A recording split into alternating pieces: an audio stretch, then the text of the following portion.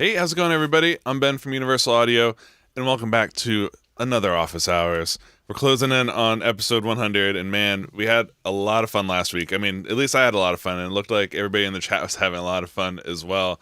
Man, it has been a blast kind of getting to check out the new API console emulation. And so today, what we're going to do is we're going to dive deeper into it. We basically spent last week showing how to put it to work, how to use it in the mixing scenario, how to use it for tracking, and getting some of the, getting some insights from Carlos and Jakir about how they're integrating this into their workflow. But today we figured, you know what? Let's get geeky. You guys are all here to nerd out with us, and to help us continue to dive deeper and deeper into the API. We brought along our product designers, Connor and Will, as well as Drew and Matt. How's everybody doing this morning? Hey, good to be here. Doing Doing good, great. man. How you doing? Do it with a little bit more monotone next time, Connor. I think people will really believe that you're happy to be here. Yeah, really great. Thanks, man. Good to be here. Dude, I'm so actually very stoked to be here. It's just, good. It's been a while, Connor. Since I've been on office hours. I got my nerves going. I'm like, all right, the people are here, ready to dive deep. I hope I say something useful and important. I'm a little upset. My blue shirt isn't quite API blue. It's a little like darker. Yeah, no, close though. You're Yeah. nearly the API blue. Yeah. But man, guys, Connor and Will, congratulations, guys. The API console emulation, man, it's a smashing hit so far. Like the feedback from users has been amazing. Feedback from our artists on air, and getting to see this actually put to work. This is no joke. Like this is the real deal. Holy crap! API across my entire sessions, all happening natively now. When you're in a mixing scenario, and then automatically switching to DSP when you're tracking. Like you guys are crazy, and congratulations. You nailed it.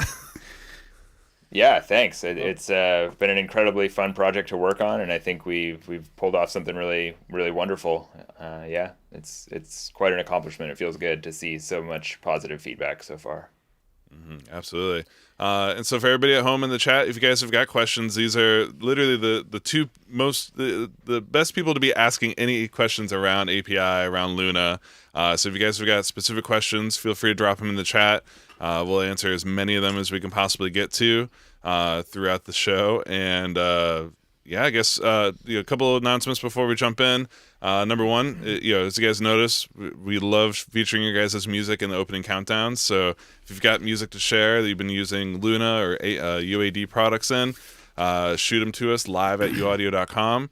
Hashtag Universal Audio on photos. That's how you guys end up in the countdown.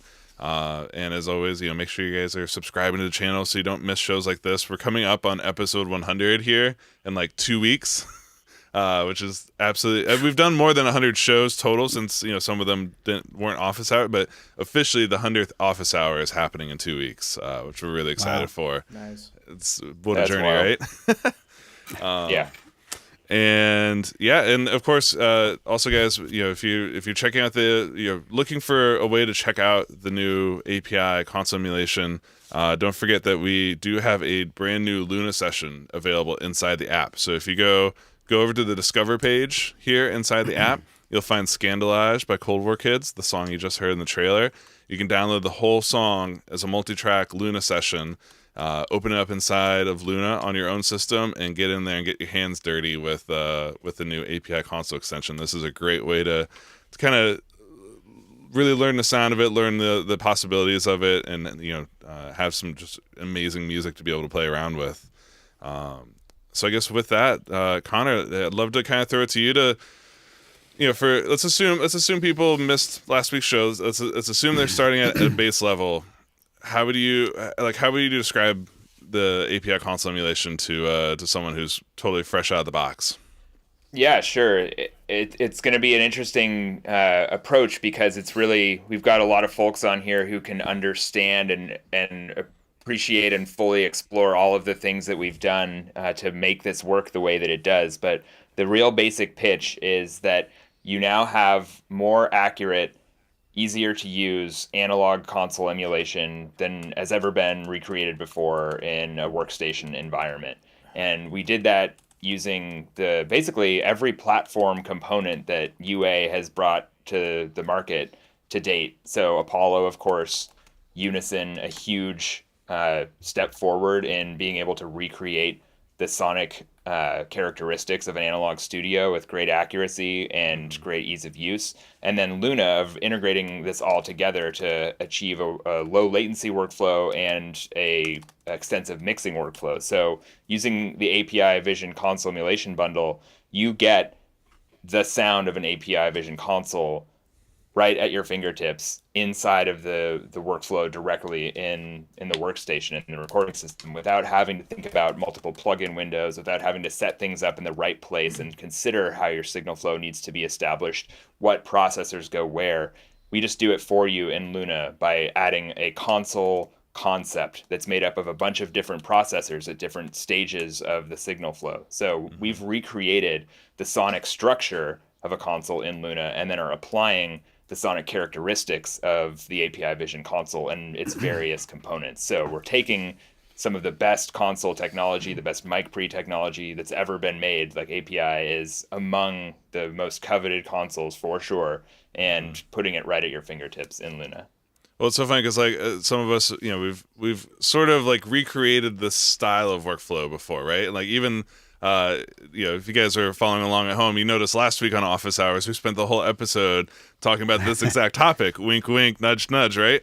And it was exactly this of like, man, using the same set of tools across your entire session. There's so many advantages to it, not just sonically, but even just from like a workflow and a creativity point of view. I guess Will, you're intimately familiar with the sound of these consoles. When someone asks you like, how do you describe the different sounds of of API versus NIE versus SSL? What would you say is like quintessentially the API sound? We're going to go right to cork sniffing, huh? Yeah, Great. that's why I brought you here. I brought you here to help us sniff the corks. Okay. Well, API consoles and all their modules are really high headroom, a fast sort of bright and immediate response. Mm-hmm. If we're gonna sniff the cork electronically there. Yeah. Obviously there's room for future console emulations. Obviously we can't get too far into that, but I think API was the logical place to start. And I think just because foundationally it's a console that people gravitate towards in music production. We've done some consoles that spread out even to soundstage production. This was the sweet spot to me, which was a modern workflow, but with tons of tone. Mm-hmm. And API is just so flexible with its modularity. I think it was just the perfect place to start, and I'm really glad that API was open to partnering and letting this come to pass.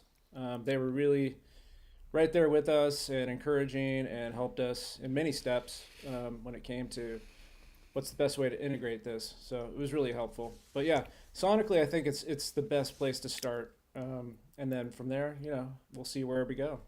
Nice. Well, I don't know. I know you're you don't have a broadcast mic on your setup, but do you have control over can you bring your mic up at all in system? I shall. Yes, I Nice. will. Well, maybe ask somebody else something, and then I'll come back to me and I'll have my mic up. Amazing. So I guess you guys have got so many great questions. We're going to try and keep track of all these. A good one here from Jazz. I know, they're coming in like crazy. I know. Drew and Matt, you guys got to help me make sure I don't We're pass trying. over some of these good ones. But this is a great one from Jazz Pistols asking the different low cut possibilities that are now available. Because as you guys are probably noticing, there's a low cut in the API preamp when you're tracking. There's a low cut on the line amp. There's a full low cut, a sweepable filter. So does this mean you can stack 3 low cut filters, and are they all doing the same thing? Are they slightly different? What's the distinction between the different ones available to us? That's all you, Will. You got the low shit. cut. Okay. Yeah. Okay, I wasn't even. Pay attention, but Will. I think I got. Okay. Well, there is. Okay, so if you look at all the building blocks, so we're going straight into it, right? If you look at all the building blocks, there's API preamp, there's the strip, there's the bus compressor, and on the console itself, the Vision uses the 212L mic preamp, which is really the same thing as a 312, pretty darn similar. And so that's just a dedicated mic preamp, right?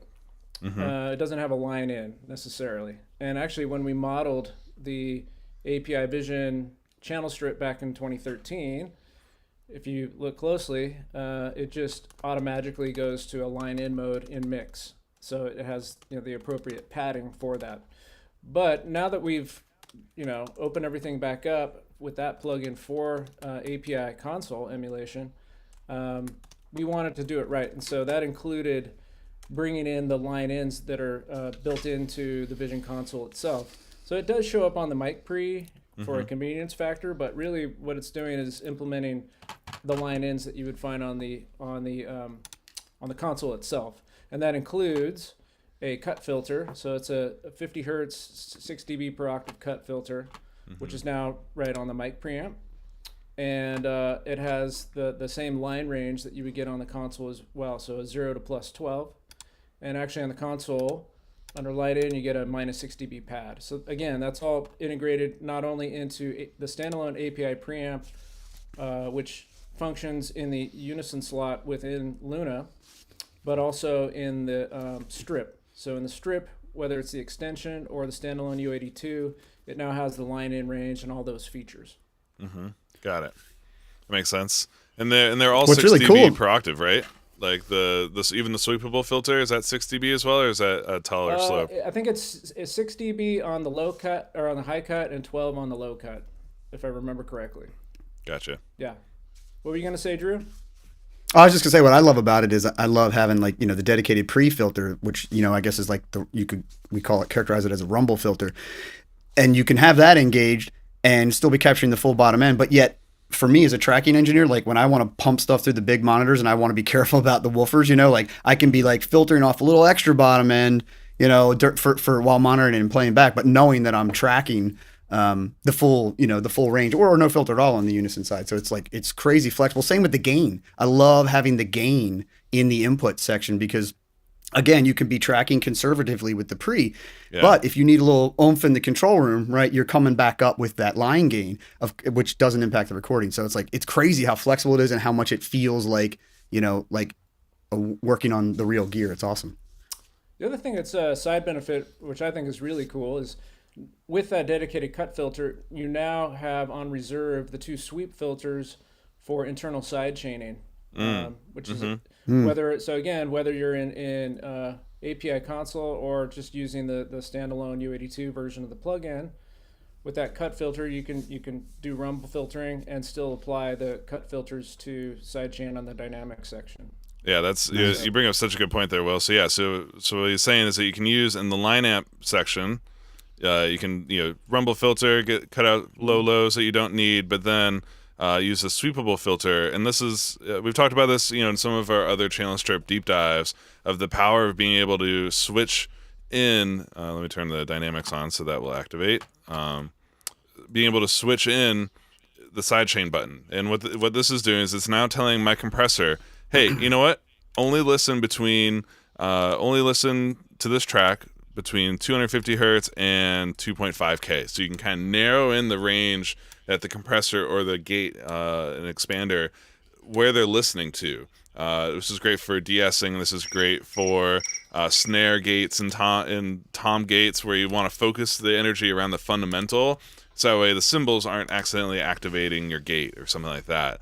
So there's so many practical uses for being able to do this. And of course, the other, just for sake of completeness here, you can also do this with the EQ. EQ has a dynamic sidechain, so this now sends whatever the results of my EQ are into the sidechain for the compressor or the gate and expander. Yeah, actually, now that we have the 560 EQ, that has actually been now one of my favorites to use creatively with the sidechain feature. So check that out too. I recommend it. What are you finding? Do you use it mainly for like de-essing purposes, Will, or what's your kind of go-to trick there? I mean, I've definitely done that, but yeah, just kind of like what you're saying. If you want to focus like a drum mix to only compress a certain range, I've kind of used it like that. I'm just a huge fan of the 560 EQ, no matter how you slice it. Yeah, it's probably my most used EQ for the last few years. For some reason, I didn't really use it that much after we launched it back in 2012, and then on this project, I just said, "Oh, what the hell? I'm going to use this." And then after that, everything that I did for like 3 years, it was on every mix. That's awesome. That's so. I mean, I'm finding myself in that same boat of like. I mean, now that I have API Vision console across all my sessions, like it's kind of just as I'm finding myself throwing this on everything by default. And as you see, like sometimes I leave the compressor, I leave most of it out, but it's still traveling through. And I'm a bit of a freak about high passing everything, even just like a little bit. And then occasionally coming in and tweaking it up a little bit more, even using some of the low pass filter. But now having this on every channel, like, my experience, and I think a lot of people out in the world too, like they're like, holy crap, I can do huge mixes. And by kind of having this at the ready, I'm not using so many other plugins in the rest of the chain because half of the work is done already here. And then maybe you throw an LA2A on or a distressor where you need it. It leaves more room for capital chambers and big heavy reverbs to use up my DSP instead of EQ and dynamics on every channel, which are now kind of handled here by the Vision. For sure. And I think too, let's step back because I see a couple questions and just recap the entire bundle and express like the completeness of it as a console emulation, as well as something in Luna, as well as a set of UAD plugins. And so when you buy the API Vision console emulation bundle, we can even take it sort of from a signal flow standpoint. You get API preamp UAD plugin that goes as a unison, and so in the Luna context, you put that in your unison slot, and you're getting the modeled preamp from the API Vision console. It's essentially a 212L, and that can be used anywhere, but it also can be used in the input section in Luna. You're getting the API Vision channel strip, which is a UAD plugin that we have brought into Luna as a Luna extension in the context of this console emulation. So you get both the API Vision channel strip as a Luna component as well as a UAD plugin, and that's the new refreshed API Vision channel strip. Then, so that takes care of tracks, right? So you've got the preamp and the channel strip, and the channel strip is like 6 processors, so 2 EQs included in that, which is in and of itself just this, someone made a knife joke. It is truly like a beyond a Swiss Army knife of capabilities. It's a glorious channel strip. It sounds amazing. We're getting so much positive feedback on it because it's now so easy to use. I think people are like having this revelation about these things where you get them in context feeling like a console, and you use it like a console is laid out before you, instead of that sort of narrow focused experience of a floating window, which you can succeed at recreating console sounds with. Just takes a lot longer and feels a lot different.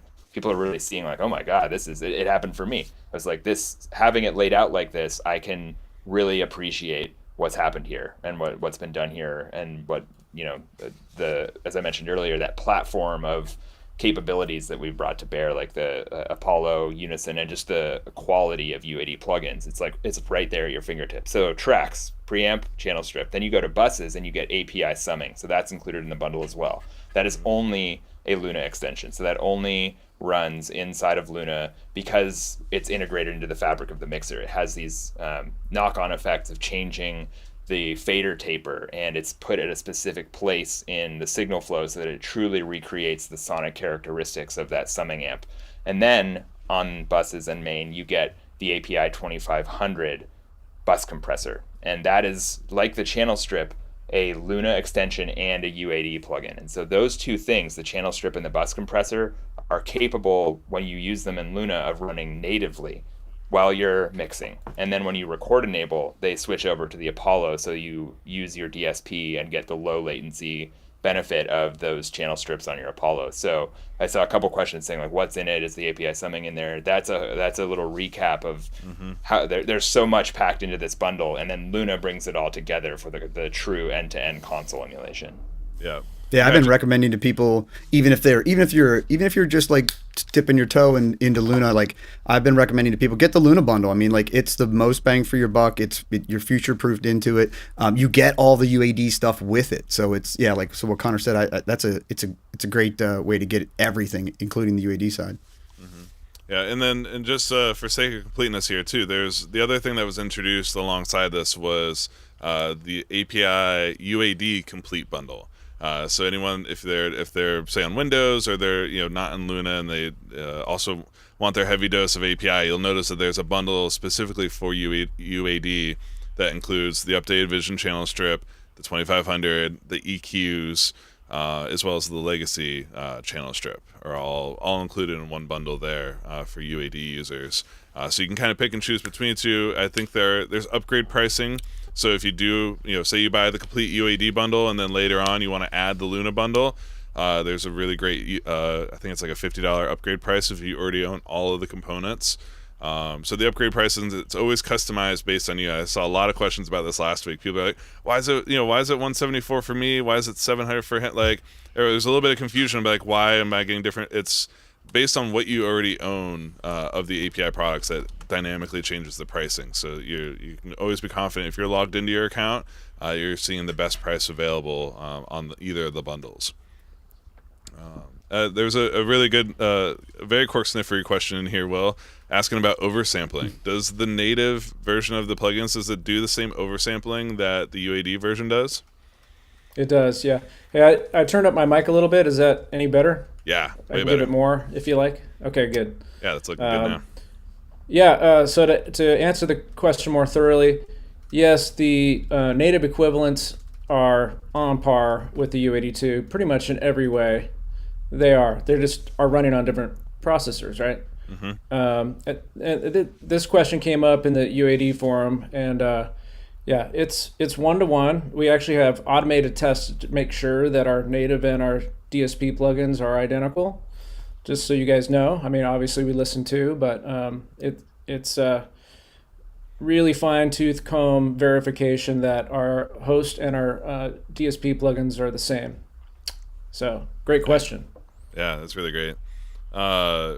Another capability we brought to the native side is that with, I think, DSP load lock enabled on the UAD side, the I can't remember the exact setting, but basically the DSP footprint of the Vision channel strip depends on the modules that you've enabled in the Vision channel strip. So the preamp is always enabled and therefore always taking up DSP, but then you mix and match with whatever modules you turn on, that's going to change your DSP footprint. So in Luna, we do the same thing, but with native host processing. So when you just throw API Vision channel strip across your entire session, you're not actually using the CPU required to run every module in every channel strip. You're just using a fraction of the CPU of the processor, and then it changes on each channel strip depending on which modules you enable. So if you go and just enable dynamics on some and not the EQ, that's going to change the footprint. So it's really, really nicely tuned to optimize for your native host. And Connor, I guess that's why we haven't put out a spec that was like, stating a specific number of channels with each CPU or whatever, because it's really not, you can't do that, right? You can't quantify it that directly, correct? It's really hard to express native host performance in the same way that you can with DSP. DSP has a number of advantages, one of which is the complete determinism of the system. It's like it is always going to function a certain way, and so a particular plugin is going to use the same amount of resources at all times. You can say that you can run this many of them per DSP core. On native, there's a whole host of issues that or not necessarily issues, but contributing factors to what performance is. And a lot of that, of course, is the CPU speed itself, but it also has to do with the session that you're running and how signal flow is set up in that session. So you could easily put one really high CPU plugin in one place, like on the master bus, and overload your CPU, or 100 optimized processors or plugins rather, and not overload the CPU. So it's really hard to say, and so we don't publish those kinds of numbers like we do for DSP plugins. And I think we are working on an article to help explain this type of performance characteristic on native systems, because we do run really elaborate performance tests. No, go ahead. I was just gonna say, how about dynamic plugin processing? Does when it senses that there's no audio, does it back off? Yes, yeah, we do have that feature in Luna. So there's a threshold that's implemented in the mixer that's considered silent. It's not exactly 100 minus 144 dBFS. We tuned that to be a little bit higher than that. It's definitely well below human hearing, but it is optimized so that meters decay, and like really nice mastering plugin GUIs where there's really long meter decay and those don't freeze, and other little tweaky things like that. But after 10 seconds, when you reach, I think it's minus 1 I'm not going to guess. We can post that somewhere, but I can't recall off the top of my head. After 10 seconds, we disable processing on that channel if there's no audio, and then kick it on immediately as soon as there is audio. Nice. Hey, Connor, back to DSP load lock. When it comes to the host, is that just automatic, or is it associated with the DSP load lock pref? It's automatic and doesn't look to any of the to the UAD prefs to be enabled or disabled. You can't turn it off. In fact, it's just a capability of the plugin that's just inherent. Okay. Well, just to in case folks out there don't even know about it, because it's pretty common even for pros to not know about it. But there is a pref. It's called DSP load lock on or off, and it's by default on. But if you turn it off, it's exactly what Connor's describing, where it's a modular use of DSP resources on certain plugins, especially channel strips, where if you don't enable the EQ or the dynamic section, it's not loading your DSP. If it's on, it's always reserved in case you do turn it on. So it's kind of the safety net thing. But it's kind of a pro feature, really. So for pros, they know what they're doing. They know that they're not going to make an updated decision. Generally speaking, they can run a little fast and loose and turn DSP load lock off, thus giving themselves more DSP on reserve for other processing. As you can see, I'm in that camp of the of load lock off. So the Me too. Because it is a great function if you're not using all the features of let's say like a channel strip. It saves you some DSP. The reason why it's an option though is that if you change your mind, or if you're in the middle of the tracking and then you decide to turn on the EQ and you're running up right against your DSP limit, then that's when you'll get a little error message kind of popping up, and it can get in the way sometimes. So, well, I think generally kind of the recommendation, right, is especially if you're doing tracking stuff, or if you're in that kind of mode where you may be turning things on and off. It's a good idea to leave that on for especially if you got DSP to spare. It's a great thing to go on. But if you're trying to be efficient about it and get as much bang for your buck out of your DSPs, having it off frees up a certain percentage of your chips. Yeah, I just think it's the kind of thing, if you try it and you like it, there's fans of it. Kind of like whatever other kind of prefs that may come with any software. So yeah, if that sounds interesting, I'd say give it a go, give it a try. Nice. And so I've been seeing a lot of questions too, people asking about the different, there was an update to the API Vision channel strip, the UAD version of it, as well as the Luna integration. So I pulled both of them up here. I've got Legacy over here on the right and the updated Vision channel strip on the left. So visually, right away, there's one really obvious change, right? That's the output section.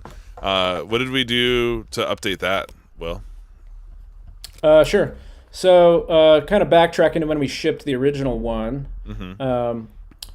So depending on the console type, well, backtracking a little further, on the output section on a console, there's always an amplifier.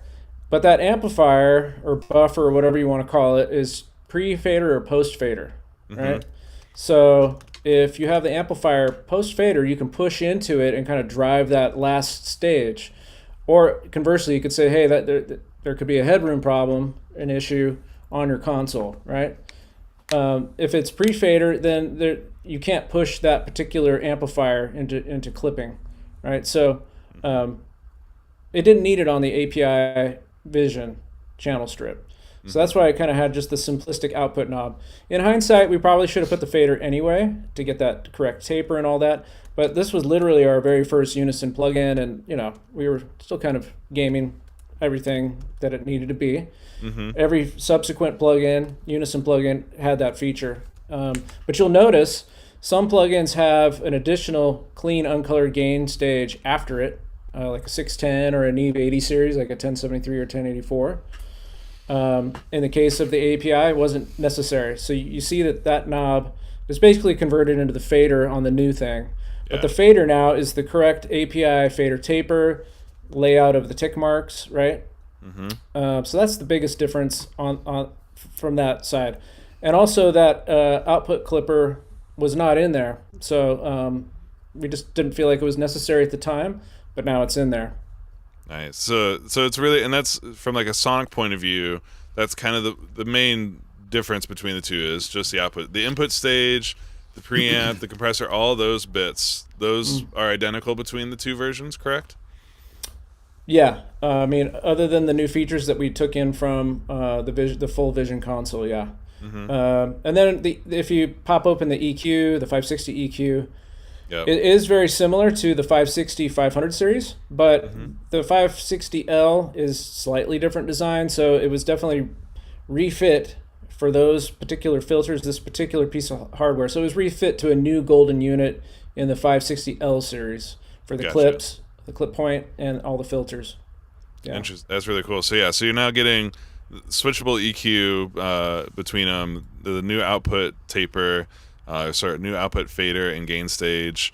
Yeah, anything else that I guess you guys can kind of see too? The input stage, right? You've got a few more options with having the rumble filter available, and then you can switch between, just like we've showcased this a couple times with like the SSL and the Neve channel strips, right, guys? Remember, you can by default on the old one, if you were using it as a mix insert, you would go through just the line preamp. But you now have the option when you're using this as a mix insert, and this is specifically for the UAD version of it, not the native instantiation. You can pass it back through the mic preamp, right? So if you wanted to really blow some stuff up, this would be the button to do it with. Yeah, now you have that feature on this channel strip where you didn't before. It was basically a forced line-in workflow on the shipping now legacy version of the plugin. True, so that's a really cool feature. Yeah, you see the cut filter input switching. It's really nice to have it. And now every Unison plugin we ship has that. Nice. And then back to that 560 EQ. I can't get over it because I'm just stoked that You're we have it obsessed. in the I love channel strip. Just to remind people, if you're 500 series EQ users, it has the same hidden button, so you can move the faders around. If you want to zero out an individual band, click on that band's label. No. There we go. Yep. So nice. that'll take you there. And now mess them all up, or a bunch of them. Now click the 0 up at the top or at the bottom. Oh. And that does a... You didn't know about that? Dude, no. Will, I only learn these when you come on the show, bro. Like I every single time you're on here, you blow my mind with another click zone that I didn't know about. That's so cool. Okay, well, all right. I dig it. Yeah, I mean, pretty much any plugin we ship, just start clicking around and anything that makes sense. I wonder if there's a hidden button here. There probably is. Yep. So you've got the 10 and 0 over here. Yep. Or at least the 0. I don't know if we did 10 for this one. I thought I did 10 when I clicked. There we go. Yeah. Okay. Oh, maybe I'm just I might just be dragging it. I think you're just dragging it. But yeah, and that's another just quick side note. Luna, I think by default is linear mousing, just like Pro Tools is, and I think that's that type of customer that's coming over to Luna that's going to be instantly familiar. But we kind of put in these hidden buttons for the linear user. Instead of having to always click and drag, you can just click a button for a lot of things. So EQ bands around the 550L. The plus and minus symbols will actually cycle. You can hit shift and cycle backwards. There's all kinds of things you can do. Yeah, I do. I find myself doing that especially for frequencies on the 550. I'm always paranoid I'm going to grab the wrong knob, so I'm dedicated to clicking on the frequency numbers and then moving the gain around this way. Yeah. And then you can they're all over the place. Yeah, go ahead. Is there a way to quickly zero the 550? Should be able to click on the 0. Or maybe click a little bit above it.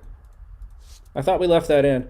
That we were having some problems with conflicting click areas, and we might have gotten rid of that one for this particular, in development. I don't think it was there before, but we definitely wanted it for this one, but I think it was conflicting too much with, we call it the long nose knob, the gain knob there, or switch. Yeah. It gets in the way of the labels, really. Yeah, that's the problem. That makes sense. But if you use the see the band label, LMF, HMF, click that, and that'll cycle. Oh, cool. Those, and then if you use the plus and minus arrows, it'll do gain. Nice. And then these tricks, I believe, did translate over into the Luna version, correct? Yep. Like, so you can Pretty so you much guys- one to one. Yeah. Mm-hmm. And the other extensions we've done, like for like the 2500, for example, Mm-hmm. the channel view and the browser view may have simplifications just for the most important features for like the 2500, whereas the full feature set will be in the browser. Yeah. In the Yeah, case that's in the a case of good- the channel strip, it's one to one for the channel strip. So channel view, browser view, except for sidechain link, so Mm-hmm. left right link. That's the only feature that you need to go to the browser to get to. Gotcha. And yeah, this is speaking of deep diving here, like this is one of the things that we didn't quite really get to a lot in depth last week, which is the fact that you can pull up the Focus browser version of these plugins. I know, Connor, this is a really cool area of the workflow, right? Because you're essentially, when you're inside of your mix, you can kind of be working, and you just, for me, at least my experience so far, like I'll kind of leave a channel on what I used last, and then I kind of just leave it there until I need to go adjust the input gain or the filtering on this channel, and then I'll jump back in to work on it some more. But there's some really cool shortcuts around, like over here on the left side. You can switch all of them to the input section, or all of them to the dynamics or EQ, and then it kind of just opens up even more possibilities when you're say you're really focusing on working on a channel, being able to pop open the Focus browser over here. Yep, exactly. Yeah, it extends the concepts that we've already put in place for the tape machines and the master tape extension, showing the plugin controls or the extension controls rather, in full detail with the complete feature set in the browser, and then surfacing just the primary controls, the most important controls to have at a glance visibility of and right at your fingertips access to.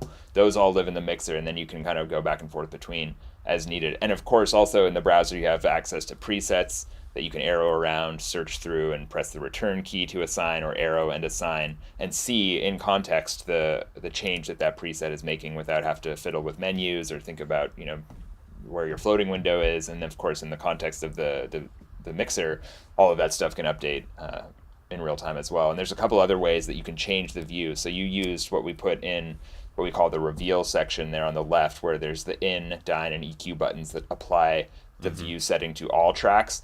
Within each channel, you can also just click and drag across, like you can many controls in Luna. So if you click in and then swipe that across to the next channel, it will switch those. I think you might have a group on or something like that. But Dude, yeah, what? exactly. Ooh, hot So, tip. yeah, there you go. Dude, So yo, and Nice. that's something that we've applied to a lot of switches in Luna. So Love that. of course you can do that with mutes and solos and things like that.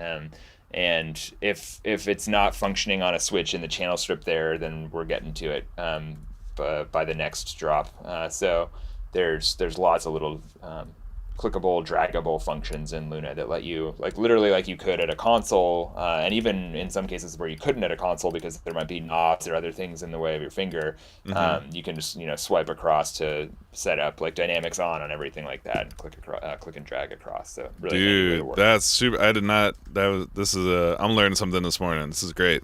That's so cool. Being able to go swipe across, and yeah, I love that. And then of course, And of course, it also works with selection grouping and stuff too. So if you're flying that way and haven't set up explicit groups, and you just I want to set all of these tracks to a particular view, selection grouping is your way to do it. And selection grouping, gangs, it automatically brings the controls together, as you guys can see as well. Yep. I love that they scale together too. So like, here, yeah. I've got a bunch of drums selected. As you guys can see, my high pass filters are all, somewhere at the deep, my personal default around at 30. Some have been raised up. And say I just wanted to select all these tracks. I can come and grab the filter control. Now they all scale together, bit by bit, which is really neat. Hey Ben. I was so right there we're now looking at the line in equivalent of the console, the gray knob there, right? So that's the 0 to plus 12, and then you have the console cut filter, and then the other features. I just want to point this out that when you're in mix mode here with the extension, you just like you would on the console, you only need the line in gain there. Yeah. And then if you're tracking, there is the unison slot where there's a slimmed down version of the mic preamp that you would get either in the U82 version or the now U82 API preamp. So can you pull up that? There it is. So I just want to make sure people understand that when they pull this up, now that's just the mic preamp. You can use it in line. So if you press the button just like any other Unison preamp, you can switch to line, and that adopts that smaller limited range. So it's not the full channel strip. It's just the preamp. I mean, obviously you can go downstream with the rest of the API console there. But if you want to print on the way in, just a hot tip, you can just drop in API vision channel strip for U82 right there, and commit. Yeah, let's commit. That was one of the things I think a few people have asked about. Yeah, it's like so by default now, guys, when you make a new track and you assign that track, you're actually, you know what? Rather than me just jibber jabbering around it, let me show you guys how this actually works in practice. So let's say I wanted to make a new guitar DI track, and I want it to be using the API Vision Console mono here. Perfect. New track. Here's my guitar DI. Let me set my input to an input that I already have appropriately titled guitar DI. So now when I record and enable this track, by default it's going to, I've already got the Vision channel strip in the console slot here, but now as you can see, API preamp has automatically been loaded up here. So by default, Luna gives you the full API signal flow ready to go, and this Vision, this down here is now loaded into DSP. So I can process through this in real time, and then as soon as I'm done recording a track, when I unrecord and enable this, it automatically switches back to native processing. And that's, to me, like, that's the magic sauce right there. It's like I use the DSP when I need it, and then it offloads that processing to my computer as soon as I'm now in a mix mode where latency is no longer a critical issue. Right, or on the front end, you could put whatever other Unison dedicated mic preamp. Just like on an API console, you could still patch into the outboard rack. So Totally. if let's just say you wanted to use the V76 on input, you could do that and still pass it down through the rest of the modules. Yeah, what's cool is that Luna is smart enough to know if you have a Unison preamp there, when you assign the console, it'll leave it alone. But if the Unison slot's empty, it'll go ahead and load the 212. Exactly. Right. Which is super handy. There's also a feature we added in that section that is pretty small in comparison to the overall impact of the Vision channel strip and console emulation. But I saw a question come up in the chat that is a good segue into it, which is, what was the orange LED ring around the circle next to the gain knob? So what we did is we took a feature that exists in console and had sort of been carried over in Luna, and we changed the way it operated for the purposes of adding a 4 stage LED meter in that circle area. So that's actually going to show you the same signal level color as you would see on the front of your Apollo, or on the face of your Apollo X4 or Twin. So whatever you're seeing on your rack or your desktop unit, you're going to see light up in that LED circle area as a gain indicator, or a level indicator rather. So you can see if you're clipping, which is actually really hard with Unison, or just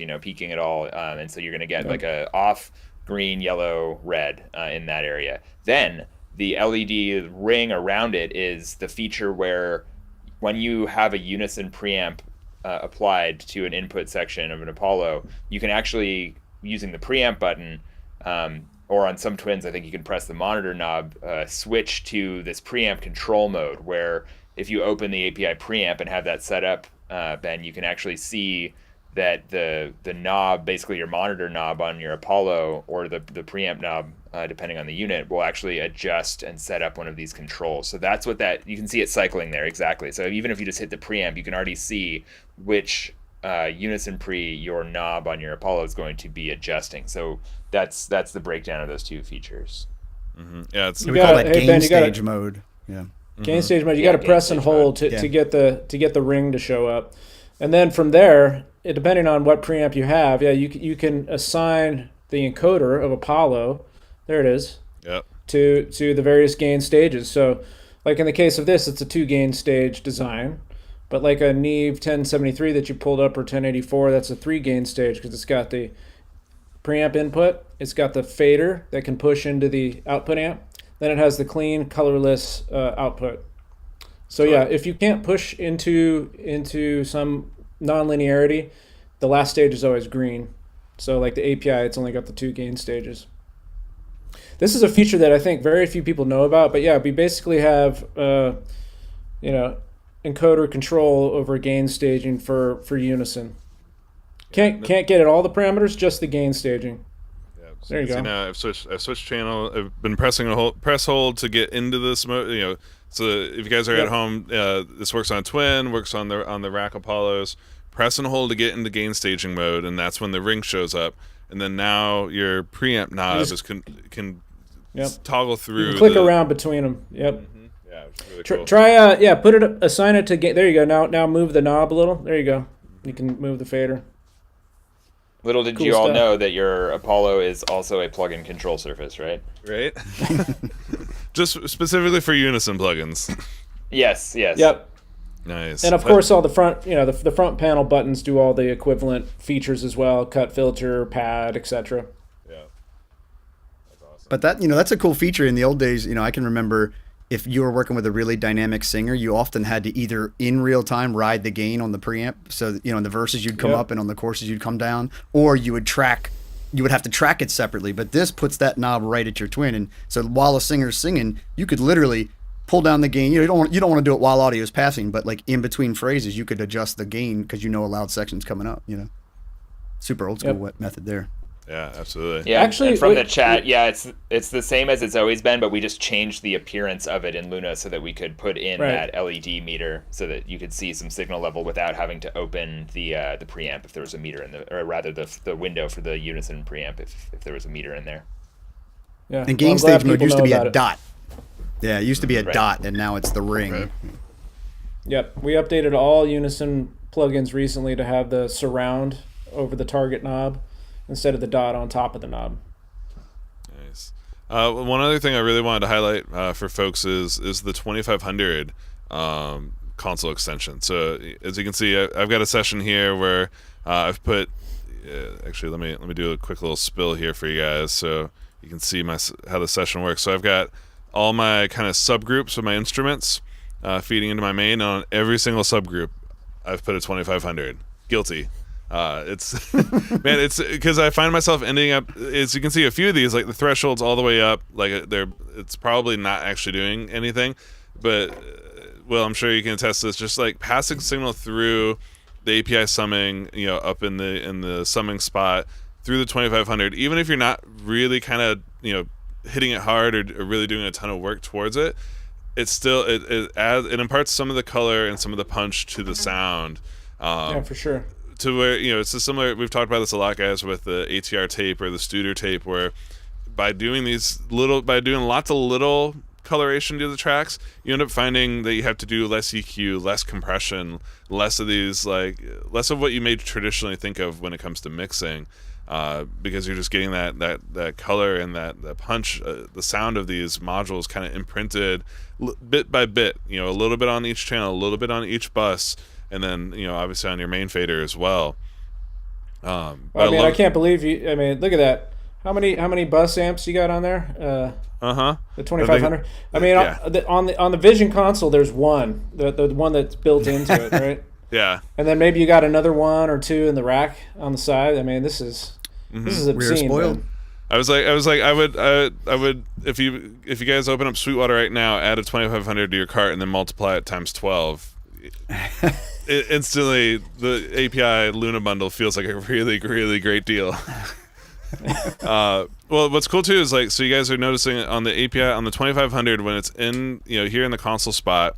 I know you guys worked really hard on elevating the right controls to be always present, to be kind of available at your fingertips whenever you need it. So obviously that means threshold, attack, ratio, release, and the mix knob, knee, and thrust for the other options. But if anyone's familiar with the 2500, you're like, where's my left, right, independent? Where's the other ones? So just like with the channel strip, you can, and Connor, correct me if I'm wrong, this is the best way to get to it, right? Is to kind of hit the window thing in the top part of the name. Is there another way to open up? There is not. That's the same way. Well, actually, I mean, when you insert or instantiate a console, it shows up in the browser as well, so you could load presets right away and things like that.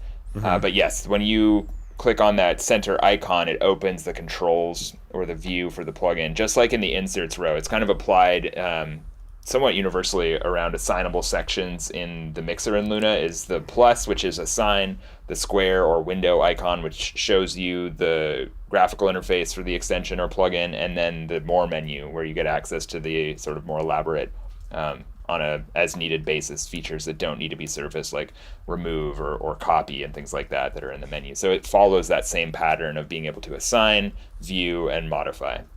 Nice. And so here's where you can end up getting a few more all the options that you would want to have on the 2500, right? So you get the new old feedback, forward and backward sort of for the tone. Feed forward, feed backward, yeah.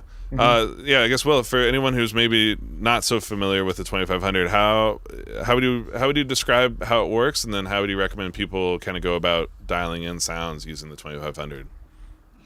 Well, just to backtrack a little bit, it is exactly one for one the same feature set as our shipping UAD 2 version. Nothing new, nothing taken away. But I don't know. I mean, you mix a lot more than me. I would say you give the advice on this one. I mean, I know what I like, but it seems like personal preference. Like left right link. I don't think I've ever done anything creative with that, but that's one of the features people love about it. But I've never touched it practically speaking, in a mix. You leave it at 100 at all times? Yeah, I don't think I've ever messed with that. Oh, brother, you haven't lived. Yeah. No, it's no, this is that's actually one of my favorite functions to kind of mess with, and I was the same way as you, Will, until I hung out. I think it was either Vance Powell or Andrew Sheps. One of them was all about getting in there and messing with this knob, and like even just pulling it back to like 60 or 70%. For you guys at home that are wondering what does LR link percentage mean? This is a very unique control to the 2500. As far as I know, this is one of the only compressors where it allows you to control the amount of sidechain connection between your left and right. So when it's at 100, left and right always work together. So if the kick drum is say you had the kick drum pan hard left, it would reduce both channels by the same amount. As you start changing, please don't do that. Yeah, and please don't pan your kick drums to the left. Come on, it's not the 50s, guys. As you bring that knob backwards, as you lower that percentage, you start allowing your left and right to kind of act a little bit differently. So the effect that it ends up ultimately having is that your stereo image can kind of dance around. So say you've got a loud guitar part over on the right side, instead of it bringing your whole mix down, it would just compress the right side a little bit more. But of course, if you're doing this with multiple elements all going through a bus compressor, the side effect is that sometimes your mix may tilt a little to the right if it compresses too hard, or it's a thing that can make your mix move in a very interesting way. So if I was going to give advice around it, I'd say leave it at 100 most of the time. If you're working on something, say like drums, where a little bit of movement left or right isn't the worst thing in the world, then kind of play with opening that up. And then there's a few instances where like putting that to independent actually is a really good idea. Especially if you say on a guitar bus, right? Like if you're bringing your guitars together through a bus, putting that to independent means that if the left one kicks in, it won't necessarily squash the right, and you can kind of operate like a dual mono compressor essentially. And I also love that you have the shape control here, so you can tell the sidechain, you know what, ignore the top end, ignore the bottom end, or you know what, just kind of focus there in the middle. But I think it's a sidechain filter. Yeah, it's kind of the same concept as what you get on the channel strip, but simplified into 3 easy presets. Yeah, it's really nice. And then of course, by default, guys, as I mentioned, like in the console view of this, you've got all the controls you really need from 90% of what you're going to do. So a threshold, if you guys have been following along at home, and as we've kind of walked through a bunch of different compressors, the threshold should be a pretty obvious setting here. So this controls where the compression starts on setting. Attack is how long it waits till it compresses. The ratio is how hard it compresses. The release is how soon does it give up. And a really cool thing about these is you'll notice they're all stepped. These are steps, so you're going between discrete values. Makes it similar like the SSL or I think the 2254. Like you have defined times here, but when you get to the release knob, you'll notice there's one in blue. There's a special one over here. It's hiding on the right hand side called variable. When you go to variable, now this is a knob that you're gonna have to open up and expose the browser version of it, because you've got a fully variable release available as well. That can go well, it goes shorter and it goes longer, or does it just go longer? I think it's on the longer side, right? Because the 0.05 is the same as 50. I think you could do a longer release on the variable, but generally it's just to get in between the settings. Yeah. So if you really want to time it with the tempo of a song or whatever, you can really fine tune it if it feels like it needs that. But it's not something I grab very often, and that's why it didn't end up on the main channel. We actually did solicit a lot of feedback on what really should be on the channel, and that was a contender, but it lost out to the mix knob actually. As it should have, because the mix knob is this is the perennial favorite of, like, especially you're compressing stuff, whether it's on your 2-bus or on a subgroup, and you're like, man, I like how that sounds, but like my client's saying it's a little bit squishy or feels a little too compressed. That's where the mix knob comes and saves your butt, and it's just like, all right, yep, you know what, just bring that down.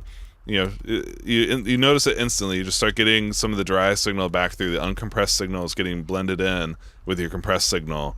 So if you're just a little too much, you just bring that back like 60 to 80, maybe like 50 blend. And if you want to do something, if you want to be really creative with it, if you really want to hit the 2500 hard, just making the needle just go nuts, then this is also a good opportunity to pull it all the way back down to 0 and then blend back in. It's also a great way to, if you're going to do more of like a parallel compression, very pumping effect. That's a great way to mitigate the, oh man, this sounds way overdone. Pull back to 0 and then blended taste. A little salt and pepper there.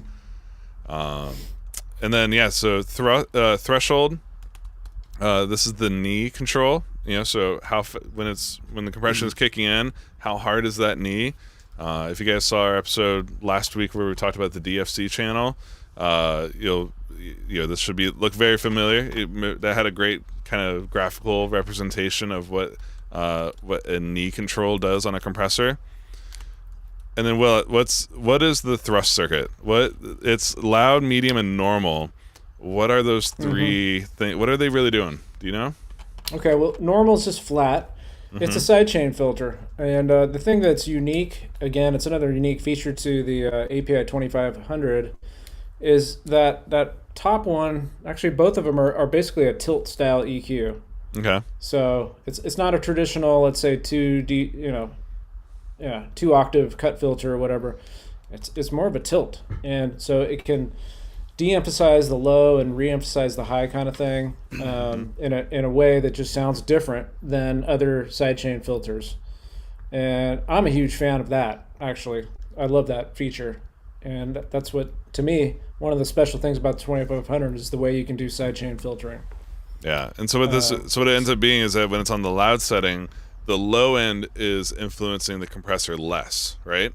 Correct. Yep.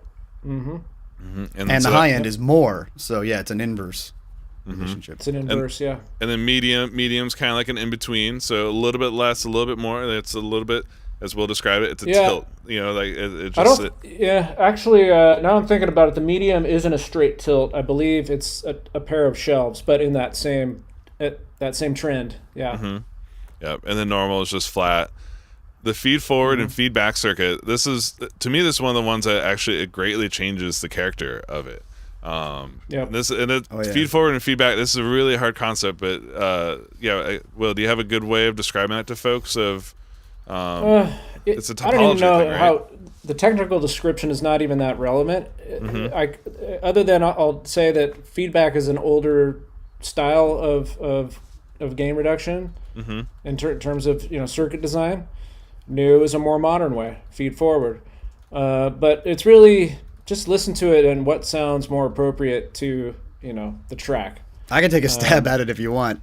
The way ahead. to me, the way I understood it was, in a feed forward design, the detection circuit is fed from the incoming signal, and in a feedback circuit compressor, the detection circuit is fed from the output, which doesn't seem like it should work, right? But so if your compressed signal is actually being fed back into the detection circuit, so it's kind of like, it seems out of like it shouldn't work, but it does. Mm-hmm. But that's an 1176 is a feedback style compressor, just as another point of reference. Oh, nice. And I think that might have been the first feedback style solid state compressor. At any rate, just use your ears and use what works best for your track. I was like, that's how I've been approaching this so much more, again, by getting spoiled by having it everywhere. Is like, you end up, I'll echo it again, like I end up using less stuff overall, but then I'm also trusting my ears a lot more on this stuff. Like I'm not thinking so intellectually about like, oh, what's my attack, what's my ratio at for this one? I just like turn it till it sounds good and then keep moving with the mix, and then maybe come back and check in on it, if something is feeling deficient, or if something's like, why are my drums not poking out enough? Oh, I went a little too nuts with the 2500. Cool. Mix knob, here we go. Pull it, and like there's so many ways to attack a mix now with these, that I'm having, it's a great kind of change up in the workflow. So the last couple of controls here I just want to highlight. One is the VU meter assignment. So by default, you're seeing the gain reduction. You're seeing, how much compression you have, but of course you can switch that to output metering or input metering. And these changes will reflect over in the meters that are shown inside of the console slot.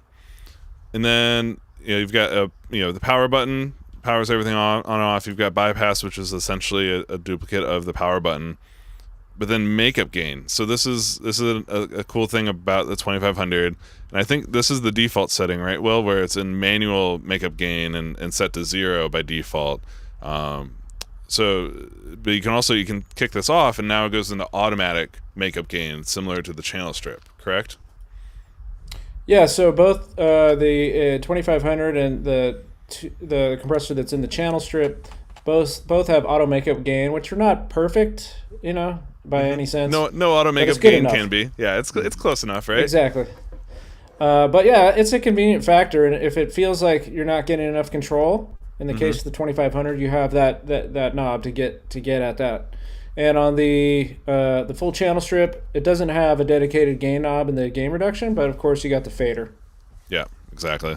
And keep in mind if you're in feedback mode and in manual makeup gain, that will impact the amount of compression. So if you increase the makeup gain, you'll be increasing that feedback circuit and increase the amount of compression. Oh, very good. Yeah, I totally forgot about that, because it's coming after that part and getting fed back into it. Good point. Just Good like point. an 1176, it's sort of a two-handed operation.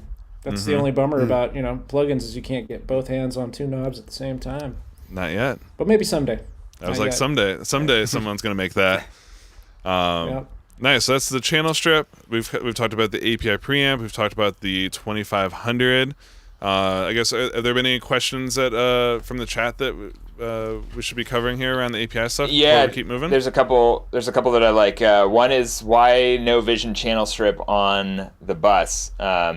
And only the bus compressor right now. And I think that's definitely something people should hit the feedback button for, but let me also explain why we did that. And that's because that's what capabilities an API Vision console offers. So there is no master bus EQ in the console. API does make a mastering EQ, and so there could be other things in the future that we add to buses. We don't have any specific plans yet to mention about that, but let us know what else you want on your bus processing. Right now, we built a recreation of the API Vision channel strip using the critical components of that console in the critical important signal flow places in your Luna session to recreate the sonic characteristics of the Vision Vision console. So the channel strip doesn't appear on the master bus or on any submix buses on the Vision console. So that's the reason why. And then there was a question about, can we use the Neve summing with the API 2500 bus compressor or with the Vision channel strip on channels routed to that bus, yes, you can mix and match. So you could totally have Neve summing with API 2500. The Vision channel strip will override the fader taper on any channel that you put it on. So if you have tracks sent to or output to a bus using Neve summing, and then you put the API Vision channel on those tracks, the Neve summing fader taper will be replaced by the Vision channel strip taper, because the Vision channel strip is like, that's the channel console, or that's a channel of the Vision console. So the fader that you see in the UAD plugin is not in the extension anywhere, because it's literally the fader on your mixer. So the workflow there is that you have the fader taper of the channel strip and not the destination in this case. Gotcha. Yeah, So, you can it's almost like a insert point, like on the console, right? I'm Yes. choosing to use a Neve 1272 as my line amplifier and bypass my API summing amp. But same with what you're describing on the buses. It's like you could still use an API, 550A as your bus EQ. Just pull up the plugin. I think people will still remember how to do that. yeah, right. Oh, Well, yeah. that's maybe part of the interface, right? This is a detail. I think I'm not sure we really covered it much last week, but you guys will know. So there's a dedicated console row up here. So the great advantage is obviously being able to have all these controls swipeable and right at your fingertips. But when it comes to working with a console, one of the real important things is being able to have control over the order of this processing. So let's say we want to do exactly Ben, if you want to switch to my screen, my session that I have up actually has a lot of this in place. Oh yeah, If perfect. you just I could show you a couple of things here. So Yeah. in this particular mix, what Ben's talking about here is this little API badge that's floating around in your inserts, and essentially that's a signal flow placeholder. And you'll notice that, and in my case, I've got some drums over here, and some of what I've got some sample replacement happening, but I also have some auto alignment happening to the raw tracks. So for example, if I'm auto aligning some tracks, I want that to happen before this API processing has occurred. So I've got them dragged down into the second slot. So now it's the alignment process happens, which is a clean, pristine sort of thing that I want to happen, and then I go to the API. And in this case, on these tracks, I've got these DFCs acting as little gates, and I've got that after the API vision in this case. Wait, it wasn't all just for show, Drew. You're actually using the DFC now. I knew it. Yeah. I've been a good DFC user for a while, but and then this was a mix. This was a mix that I previously had done, and this I adopted it to the API workflow. So you'll see in this case I've got the API the channel strip all the way at the end, even before I've got a little bit of filtering happening here. A little bit of filtering happening here just to knock off some of the top end and bottom end. And then I've got a little bit of raw happening, then my amp sim. So I'm kind of doing the entire chain, and then the API is all the way at the bottom. So, and then same with the guitars. I wanted it all the way at the end of the signal chain because I was just doing a little bit of sort of, taking this mix and transforming it into a console mix. So anyway, just to super important thing to think about, and love your guys' opinion on this. If you're using Autotune or Melodyne, would you put that before or after the Vision channel strip? Before. Yeah, I would do before as well. Before. I just sing perfectly every time. So. Oh well, yeah. Actually, that's the easiest. Of course, way. yeah. But what's really important, especially for Melodyne, right? Because Melodyne, you have to transfer into Melodyne. If you do it if you say you put it after your Vision channel strip, you actually would have committed your processing on that, because Melodyne would be capturing what was coming off of the Vision and what's being transferred in. So it's really important, to put Autotune, put stuff like like Drew showed, the auto aligns, trigger, like anything that is kind of a pre-process. Throw that before, and then of course you can move Vision around. You can tell it exactly where in the signal flow you want it. Mm-hmm. And I think that's a really good point. Is I said earlier that I felt like API Vision was a great first place to start for console emulation, and I think part of that is because of how modular an API desk is, right? Yeah. Whether it's the EQ or the dynamics or whatever it may be, it truly is modular. And in your patch bay, you can order that stuff however you like, right? Yep. So it kind of lends itself to the mix workflow on the API, where hey, I'm going to insert this before or after, or however you want to do it. So logically, I think it's just a good place of understanding for just our concept of console summing. Totally. Great. Any other API questions that we haven't gotten to yet? But I do want to give some quick shout outs to some of the other UAD stuff that was in last week's release. Of course, I brought up Melodyne. That's triggering people asking about ARA and using Melodyne inside that. I guess at this point, there's nothing to announce on that yet. Correct, guys? That's right. Yep. No plans to announce. So sure, your answer is when you put API in the console slot, is the sound committed? No. So that's when you're using API in this console slot. It's essentially the same as having a monitor effect. So you're not going to be committing the sound. The only thing you'd be committing would be the preamp. So whatever is going on up here, and this applies to everything in Luna. Your unison slot and your record effects. These are what gets committed. And if you guys were watching, if you're paying really close attention to Jakir's show last week, we talked about it a little bit. And if you're at all been following along with how Jakir likes to work, Jakir loves to commit like that. He's got that old school. He loves to get it in there and have it sounding how he likes it to sound in the moment, and print that to tape so he doesn't have to think about it later. So you would notice that on a lot of tracks there would be a record effect. Whether I think we pulled up some of the compressor stuff that he was doing, but in our preparation day, like that's what he spent a lot of time doing was working up here, working in the preamp and the record effects. Whether it was a little bit of EQ, a little bit of compression, really dialing in that sound. So yeah, as always, record effects are up here. So say you wanted to. And this was something I think Jakir even mentioned, is like, he really wanted to commit to some of this vision channel strip. Guys, you can double this up. Like this is where you maybe break out of the real world example, right? But in theory, you can throw the API vision channel strip up in your unison slot. You could, as you'll notice, these controls are no longer linked. I'm not changing what's happening down here in the console slot.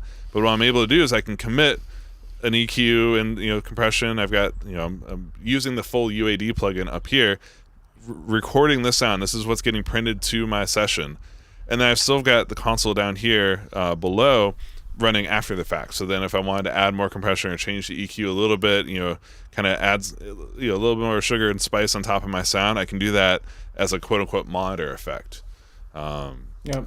Which again, this is a heavy duty. So I'm currently on one chip, right? I'm running 2 vision channel strips in a row. So you may run out of horsepower if you're trying to do this on a larger tracking session. You may want to do one or the other while you're tracking. But for simple stuff like this is a very powerful man. How way awesome to do is it. that? I know, how right? awesome is that? It's like running 2 channel strips into each other. It's really rad. Yeah. It's cool though, because I think we all think like that at UA. Is how do we get people committing and just getting through the process of being creative as fast as possible and preserving that mindset of creativity. And I think a console in general lends itself to that. And I think having a virtual console like this also does, where, just like in the days when you had a console for tracking, you would set up your effects, but then you'd add another coat of paint in the mix, right? It's the same processors, whether it's tape or the console coloration.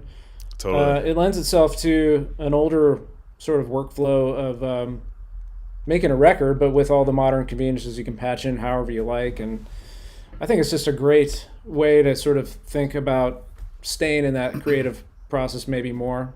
Maybe showing people it's okay to commit on the way in. I think I appreciate Jakir's philosophy. He's old school too, but it's not a bad way to work at all. Yeah, well, and the real power here is like having the flexibility to choose, right? To like you're not locked into one workflow or the other. Like if you guys have been longtime console users, you knew back in the day, right? You were either in record mode or monitor mode, and then eventually you got per channel controls over which ones were monitor, which one were record effects. But now that we're in Luna territory, you actually get the best of both worlds. You can have some stuff committed and recorded. You can have some stuff just monitored through to kind of have a bit of a safety built into what you're doing.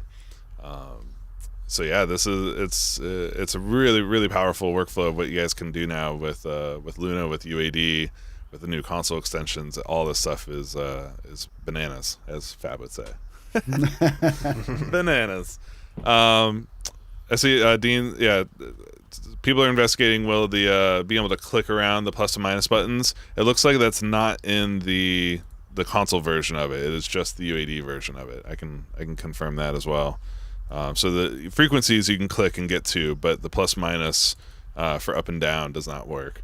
But you do get there is a cool advantage though that you can double click. I'm sure you guys saw this pop up once or twice. When you double click on a control in Luna, you get a drop down selector for it. So if I double click on the gain, I can just target a certain one that I want. But yeah, the plus minus is so it's slightly different behavior there. And this if that didn't make it in, it's just a bug because the plus and minus. Yeah, there's a number of there's countless little things that we I think are aware of like that aren't exact parity, but we went ahead with this as is and got some of the hidden features to clean up for the next release of Luna for sure. So we'll get that one in there, no problem. Nice. That is a really good point about the double click, though. I mean, yeah. So if it's a step control, you'll get a menu of options. If it's a continuous control, you'll get a text entry field. So, and that's true everywhere in Luna. Yep. Nice. Yep. All right. Well, then let me to help us wrap up the show here. I just want to give a quick shout out to some of the other stuff that was in the UAD release. One of which, this guy got a facelift and a slight feature lift as well. Nice. Anyone who's ever watched any of my videos knows that this is permanently parked on a parallel path for my drums in almost every single mix because it sounds so good. To me it's like it's the drum punching bag that it just never goes away, never changes. So it's now Retina Graphics.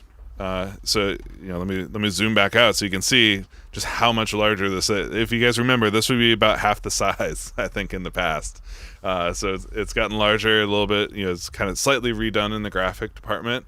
But most importantly, there's a mix knob now. So for doing parallel stuff, for really crushing some drums, you now have the ability to get in here and do some parallel processing inside of the plugin. Was there anything else that changed on this one, Will? I mean, just back to the. The high pass. Yeah, high pass. Yeah. Yep. So see that label below the threshold knob? Mm-hmm. Right here. Click on that. Either click on the label, pulls it, so it's like a little hidden modification, or you can shift click on the knob itself, and that'll pull it also. But once you've done that, it's not dissimilar to what we did on the I think on the 1176. You now have a sidechain filter like you do on many of our other compressors. Nice. So it's a similar thing to what we were talking about earlier with the 2500, right? Where like it'll now listen to less of the low end, so it's going to pump less with bass and kick drums, and kind of focus the sidechain energy a little bit higher up. Yep. That's really cool. So two just little tweaks that just little quality of life improvements there, as well as the graphics getting bigger. Yep, and I like to say we'll just keep painting that Golden Gate Bridge until we get to the end and then start again. It's like the Retina Graphics, we're just chipping away at it. I mean, there's so many, right? And we want them to make them look great. So just like when we make new plugins, we got to do it really good and one at a time. Totally. So we apologize that it takes some time to update our graphics, but I think in the end you get something pretty nice. So I'm pretty stoked on this update too, and I feel like just the fact that you get a larger GUI, people will be using it more now. Well, and speaking of larger GUIs, I'm sure you guys have noticed in the latest iterations of Office Hours, we've finally been able to zoom in on plugins. We've been able to highlight things inside of our windows, which we couldn't do on the old Zoom and Audio Hijack, the way that we had it all strung together. But Drew, man, you found possibly the coolest feature upgrade I've seen in a while for visibility. That I think we had to highlight this for folks because I've even seen some people asking about being able to have a dedicated console display, right? Of like, some of these knobs, they get, it's not just you, like it does get tiny. So, a lot of people, to mitigate, the way they've done it is they've gone into their display settings and, you can change, on modern Mac and most screens, you can kind of go in here and choose to like give up screen real estate for a larger view. But there's a cool workaround, as you guys have been seeing us do, to zoom in on specific spots. And that's when you go into accessibility and then zoom. And we've been doing this for a little while where we would push into the whole screen. But Drew, you blew everyone's mind when you found this one last week. Yeah, shout out to Lewis C. Lewis C found that? That's a dude. Yeah. Picture in picture. Holy crap, this was a huge. So this now means that when I hold control and use my my scroll wheel, boom, it zooms in, and you can define how big this box is and the way it moves around. But as you guys have seen, this is not just a live stream thing. This is something you can do on any Macintosh computer. Be able to zoom in. Yeah, so if you hit advanced, Mm-hmm. yeah, hit advanced there, Ben, and then it'll take you into and then go to adjust size and location. And so you'll see that now Ben's in control of the window. He can drag it from the corners and put it. It doesn't dictate the placement. It dictates the size of it. So then when you hit OK, now you've got this floating magnifying window that's flying around for you. If you really, you can make that really big if you want, and it take up almost your whole monitor. And what's cool about this is it will not mess up or distort your second monitor, right? So if you're zooming the whole screen, it can mess up your second monitor. This will contain the zoom into that box in whatever way you decide. And then as you can see there's also, as Ben's showing you, there's some behaviors that you're in control of as far as what happens to the mouse when it reaches the edge of the zoom screen, and so forth. So yeah, it's just a really cool feature that works really great with Luna and just with everything on your computer. So yeah, no, this is accessibility for everybody. It's so good. Yep. And hopefully you guys at home are appreciating it as well, being able for us to be able to zoom in here on air and show you guys, highlight some of the cool things about each of these plugins and most importantly the new console thing. So yeah, I wanted to give that a big shout out. Hopefully you guys are all enjoying that little tip. But the last thing that arrived as well that I've seen a lot of requests, and we'll go deeper into this as well in a future episode. But people are curious about the C-Suite CVOX. yeah. We've got some videos arriving this week around it. It didn't land with everything. Last week was just all API all the time. It would have gone completely unsung. But I do want to give a big shout out because this is some badass noise reduction. And it's not just noise, guys. This is real-time noise reduction. Like this is the thing that if you're used to using like RX or any other denoiser plugins, you'll know one of the biggest things about denoiser plugins is they take a lot of latency. They'll add, sometimes thousands of samples of latency to do their work. This can happen all in real time with C-Suite, and it's a real simple interface. Attenuate, more or less noise reduction, and then ambience. This controls. It can also kind of reduce some of the effects of being in an untreated room. So when you pull this down to 0, it tries to eliminate the room completely. When you put it up to 100, it lets it all through. So it's one of these, like, it's such a simple, easy plugin to use that if you're dealing with noise issues, it's basically throw it on, turn the attenuate knob until the noise disappears, and then keep moving on. Like that's essentially it, and it happens all in real time. So it's perfect for recording vocals in a untreated space, or say like right next to an air conditioner or a a loud computer fan. Any of you are MacBook Pro users and your fans go nuts all the time, this is the one to look at right here. This is a bit of a solution. And I know I think Connor, you're using this on your voice today, aren't you? Yes, yeah, I've been using this the whole time. So if you have thought there's nothing wrong with the sound of my voice, that's fantastic and a great endorsement of the C-Suite. So I've got it pulled up right now, showing you as I'm speaking. You can see the signal response of the signal to noise ratio, and then I'll just be silent for a moment. You can see that it's attenuating that orange area. So I'll just wait a second and let it go down, and then I'll bypass the C-Suite. Oh Jesus! Oh wow! Dude, And then I'll turn it back on.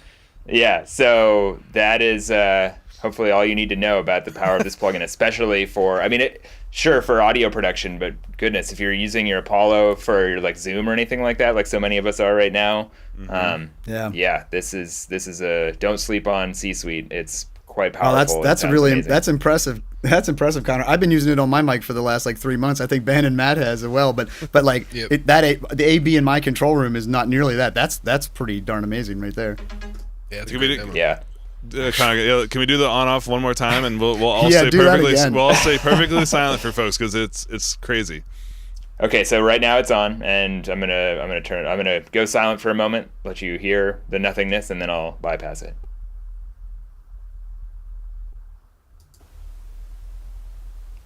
Wow. And I'll turn it back on. Man.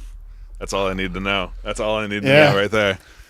And I mean, Connor, no, you're in a less treated room. So does the ambience control, does it have a strong effect on your signal as well? Yeah, it does. I can't hear myself right now in the way I'm set up, so I won't be able to hear the adjustments here. But I'll go ahead and make them. So I'm not quite doing this to any particular. This is zero attenuation, obviously, so it's basically the same. This is like the default, right? So no noise attenuation, basically the same as bypassed. And I'll just talk for a second and let you hear my voice with full ambience of my room.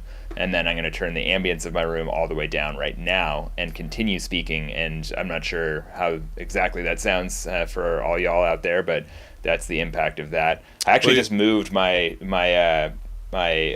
rock wools around my absorbers, and it's huge how much of a difference they make kind of in the corners, and it's worse. They should be on the sides, like everyone tells you to put them on the sides, like right where your first reflections are, and it's amazing how different that is just on its own and a whole separate topic. But this plugin fixes all of the problems. So I'm going to turn the noise on, and there's something going on. Either I've got like bad cables, or who knows, some garbage microphones. It's been a while since I've done any nice microphone purchasing, but I need this plugin for all future office hours, that's for sure. So zero ambience, 66 attenuation. It's kind of where I think I had things just a little bit, so it's not super artifacty. You can get artifacts out of it. If you go full tilt on the flattening, you can sort of start to hear some of the warble that you would expect from other processors at far less severe settings. So it's pretty remarkable even at maximum attenuation. Yeah. I've heard that it's a really good algorithm, and that comparably to competing products, it's really good.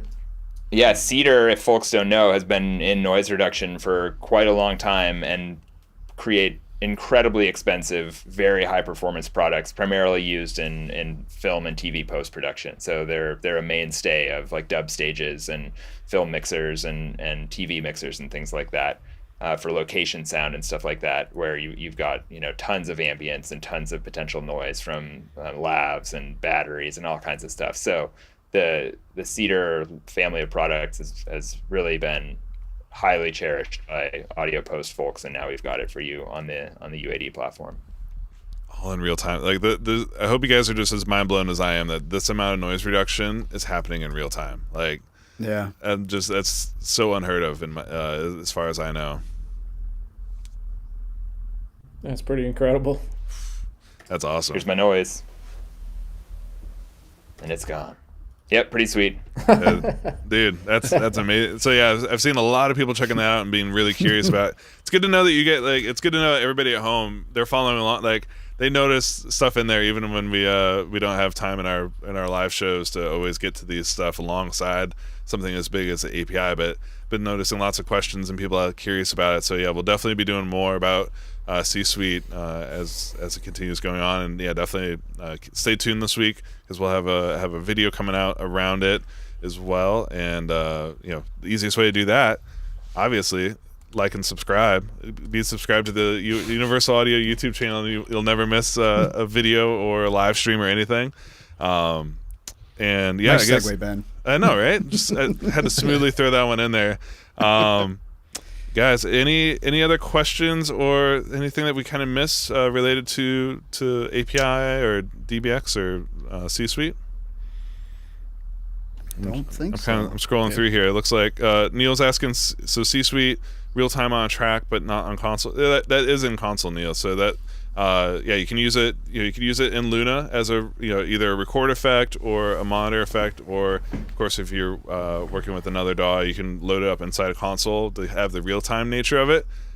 As with every UAD plugin, it of course means you can also mix with it. So if you're running in Ableton Live or Pro Tools or any other DAW, you can always use it as a post process as well, just like a normal UAD plugin. So it's not only real time; it's also post as well. Yeah, and don't forget, try it on the talkback mic. Matt Hepworth, who runs our forum, was told me, he's like, hey, I like it. I love it on the talkback mic. So yeah, check that out and see if you like that. Marty's asking, is there a learning feature in CVOX? It learns on the fly, so it learns in real time. So I found it is helpful if you if you feed it a little bit of noise before your signal starts. That's kind of all it needs. But it's a self-learning algorithm, so it doesn't need a dedicated learning moment to profile the noise. It just kind of picks it up and adapts intelligently as you keep going. Yes, API summing comes with the console bundle for Luna. Hell yeah. Well, great guys, man. It's been a fun show. It's been fun geeking out, Connor and Will, as always, to hear like some behind the scenes stuff of how these products come together, and just the amount of effort and work that I know you guys put in, you guys as well as the whole team here at UA. Like, these are not easy tasks to accomplish. Like, to an end user, it ends up feeling kind of magical, right? The fact that you can drop in and out of record, and it's just the API is always there and ready to go. But like, to actually accomplish that, there was a lot of pieces to that puzzle, and a lot of thousands of hours of people's hard work to make this all happen for folks. So I can just say, as a user myself, thank you guys, man. You guys are making Luna so much fun to work in, and sound everything I'm doing in it sounds so like I'm impressed with my own stuff right now, with how good it sounds coming through this stuff. Yeah, dude. You're making us look good. That's the test. Right? No, thank you guys for putting it out there, and thanks to Carlos and Jakir and everyone that's watching right now and sending us feedback. We're getting so much love on it, and that's really wonderful. And it really is a huge accomplishment for so many people who've worked on not just this product in Luna or the UAD plugins, but people who have contributed in the past to Luna, to UAD, to Apollo. It, like I said earlier, is really taking just about every major innovation that we've done and combining them together into something that we kind of envisioned even before we started Luna. It was like, well, to really, just to say it, I think Will could back this up, is console emulation has been one of the top requested types of processors for years and years. And it's like, well, we can't do it right as a standalone plugin. We can't throw this on a bunch of tracks and have the right experience and the right sonics, because there's so many things that you have to get right to really recreate a console. We had to build Luna to make this happen. So it's this whole accomplishment from everybody at the company. Really, I can't stress that enough, how proud everyone is and how happy we are to have this out here. And thanks to everybody for checking it out. Totally. Absolutely. And guys, if you're looking for some great material to be able to demo all of these on, don't forget there's a wealth of Luna sessions available inside of Luna. Just go over to the Discover tab. You'll find Carlos's session of the Cold War Kids that is done entirely using the API console plus some other UAD stuff. But of course, there's older sessions. We've got the one with Greaves, we've got Jakir's with Cass McCombs, we've got Atticus Russ, the Fab and Lewis. Like, there's so much good material in there. So if you guys are looking for stuff, obviously a lot of those are all delivered with the full mix there. But guys, save a version, wipe everything out, and try mixing them for yourselves to get comfortable and get familiar with these new tools. It's a great way to really learn and start kind of really grasping at how all these pieces of the puzzle fit together and work together. Because as always, we've got 14-day demos for all these plugins. And I'm sure most people who are here on Mondays, you guys probably saw our shows last week, but in case you missed it, we did do a demo reset. So everyone's API summing reset, all of the UAD plugins have been reset. So you've got fresh 14-day trials available to get in there and try stuff out. So yeah. And any questions we missed today, be sure to come over to the forum. Connor and Will are monitoring a thread over there. So if you have any follow-ups that we didn't get to today, be sure to come over to the forum and post them there. Yeah, awesome, guys. Well, everybody at home, thank you so much for tuning in and hanging out with us. We'll be back here again next week. We've got a really cool show lined up. I think we're going to do an entire episode about tape. Just nothing but tape the entire time. Obviously, we'll talk about Oxide, Studer, ATR, but we'll also tease, there's some other areas inside the UA and UAD universe that have some tape as a component of them. So if you're at all a tape enthusiast or tape curious, next week's office hours, we're going to be deep diving on everything to do about tape. And with that, guys, have a great week. Go out there, make some music, stay safe, have fun, and we'll catch you next time. Peace. Thanks, everybody. Yep.